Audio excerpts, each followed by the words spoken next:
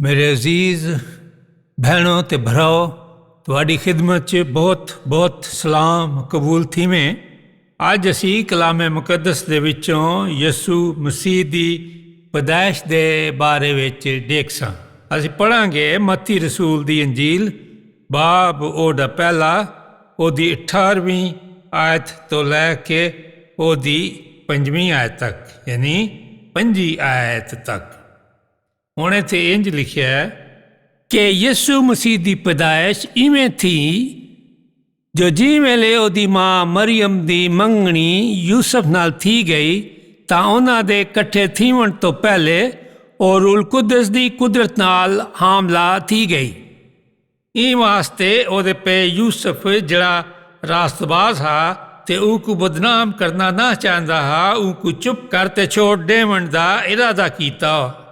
वो इन्हां गल्लां दे बारे च सोचींदा ही पिया जो रब दे फरिश्ते ऊकू ख्वाब च नजर आ ते आख्या, यूसुफ दाऊद दे पुत्र अपनी जाल मरियम को अपने कोल गिनावन तो ना डर, क्यों जो जेड़ा ओदे पेट च और रूल कुदस दी कुदरत नाले ओदे पुत्र जमसी ते तू ओदा नां यसू रखें, क्यों जो ओही अपने लोकां को उन्हां दे गुनाहां तो नजात देसी।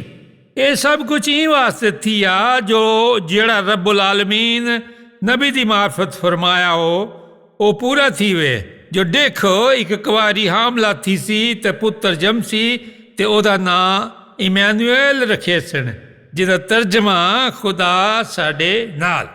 जी वेले यूसुफ नींदर तो उठ्या तां उवें ही कीता जिवें रब दे फरिश्ते उको हुक्म दिता ते अपनी जाल कोल अपने घर गिन आया, पर ऊं वेले तक उदे कोल ना आया तई ओदा पुत्र ना जमया ते ओदा नां यसू रखिया। खुदावंद दे पाक कलाम दे पढ़े जाण ते उसदी बरकत थी वे। खुदावंद तुहाडे नाल थी वे।